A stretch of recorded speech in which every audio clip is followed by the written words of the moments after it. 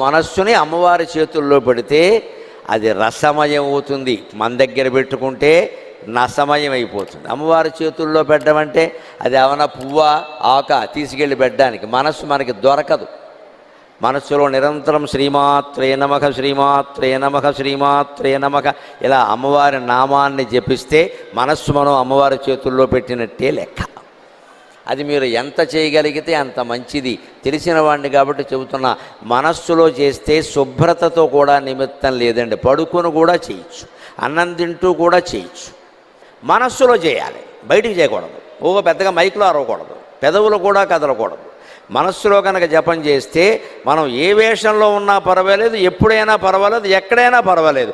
మనస్సుకి ఎప్పుడు మనస్సు ఎలాంటిదంటే నిత్య పవిత్రం, నిత్య అపవిత్రం. నువ్వు వేరే ఆలోచన చేస్తే అపవిత్రం, భగవన్నామాన్ని స్మరించావంటే పవిత్రం. అది లెక్క, అది ఒక్కటే దానికి లెక్క.